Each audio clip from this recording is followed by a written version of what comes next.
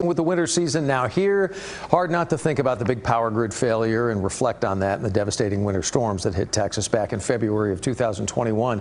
And now we're hearing about a reported plan to maybe link ERCOT, our power grid, to the Eastern Electric Grid. That would allow Texas, if needed, to draw power in an emergency. As I-Team reporter Brian Newt will share with you now, the project isn't new and it's still far from a done deal. When Texas froze 3 years ago, the power went out, and in some cases it stayed out long enough to cause billions of dollars in damages. Many of you are angry, and you have a right to be.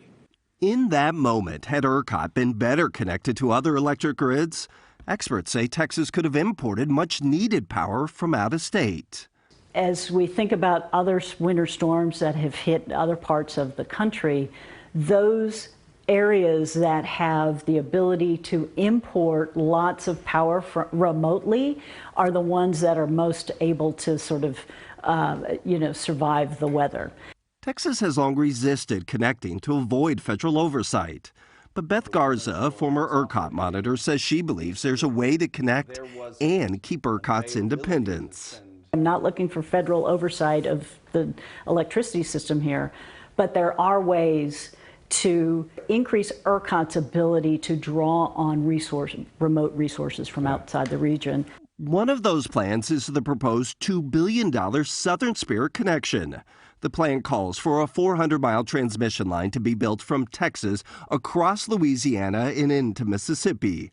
These high-powered lines would export Texas's solar and wind power out of state. And in emergency cases, the energy flow could be reversed and Texas could pull in power from the east.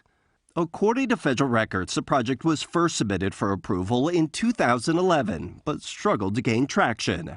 After the winter storm in 2021, Pattern Energy, the private developer, restarted the project.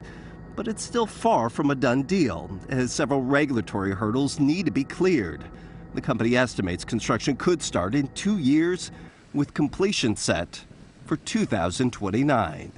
While there are still a lot of ifs associated with this privately funded project, the Southern Spirit Connection could provide the Texas grid with an additional 2,000 megawatts of electricity.